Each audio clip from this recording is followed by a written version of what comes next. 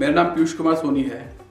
दोस्तों, जीवन में बहुत सारे संघर्ष आते हैं, बहुत सारी मुसीबतें आती हैं। कुछ लोग डर के घबरा के पीछे हट जाते हैं और कुछ लोग उसका सामना करते हैं, उसको पार करते हैं। दोस्तों, ये संघर्ष और मुसीबतें ही हैं जो हमें निखारने का काम करती है। बहुत पहले की बात है, एक शिल्पकार मूर्ति बनाने वाला एक जंगल में पत्थर ढूंढने गया। वहां उसे एक बहुत ही अच्छा पत्थर मिला, जिसको देखकर वो बहुत खुश हुआ और कहा कि यह मूर्ति बनाने के लिए बहुत ही अच्छा पत्थर है, बहुत सही पत्थर है। जब वह आ रहा था तो उसको एक और पत्थर मिला। वो दोनों पत्थरों को लेकर आता है और अपने औजार से उस पर कारीगरी करना शुरू करता है।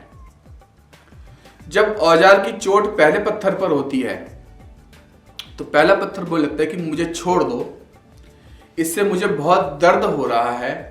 अगर तुम मुझ पर चोट करोगे तो मैं बिखर कर अलग हो जाऊंगा।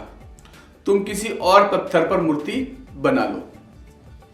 शिल्पकार पत्थर की बात सुनता है, उसको उस पत्थर की बात पर दया आती है।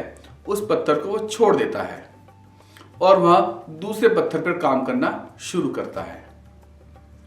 जब दूसरे पत्थर पर चोट होती है तो पत्थर कुछ नहीं बोलता और धीरे धीरे शिल्पकार अपनी कला दिखाता है, उसको एक सुंदर मूर्ति में, एक सुंदर भगवान की मूर्ति में बदल देता है। गांव के लोग मूर्ति बनने के बाद उसको लेने आए। उन्होंने सोचा कि हमें नारियल फोड़ने के लिए एक और पत्थर की जरूरत होगी, तो उन्होंने वहां रखे जो पहला पत्थर था उसको अपने साथ ले लिया। मूर्ति को ले जाकर उन्होंने मंदिर में सजा दिया और उसके सामने उसी पत्थर को रख दिया। अब जब भी कोई व्यक्ति मंदिर में आता, मूर्ति को फूलों से पूजा करता, दूध से स्नान कराता और पत्थर पर नारियल को फोड़ता था। जब लोग उस पत्थर पर नारियल को फोड़ते थे तो बहुत परेशान होता था पत्थर, उसको दर्द होता था और वहां चिल्लाता, लेकिन उसकी सुनने वाला वहां पर कोई नहीं था। उस पत्थर ने मूर्ति बने पत्थर से बात की और कहा, तुम बड़े मजे में हो, लोग आते हैं, तुम्हारी पूजा करते हैं, तुम पे दूध चढ़ाते हैं, तुम पे प्रसाद चढ़ाते हैं, लड्डुओं का भोग लगाते हैं, लेकिन मेरी तो किस्मत ही खराब है। जो भी आता है वो मुझ पर नारियल फोड़ता है।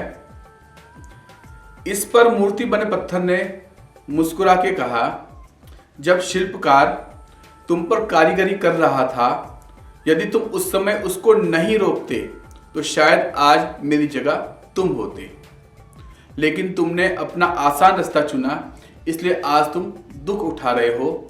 उस पत्थर को मूर्ति बने पत्थर की बात समझ में आ गई। उसने कहा, अब से मैं भी कोई शिकायत नहीं करूंगा। तो दोस्तों, जीवन में हमारे पास भी मुसीबतें आती हैं, कई संघर्ष के क्षण भी आते हैं, लेकिन ये संघर्ष के क्षण और ये परेशानी उसी शिल्पकार के चोट की तरह हम पे काम करती है और वह हमें निखारती है। धन्यवाद।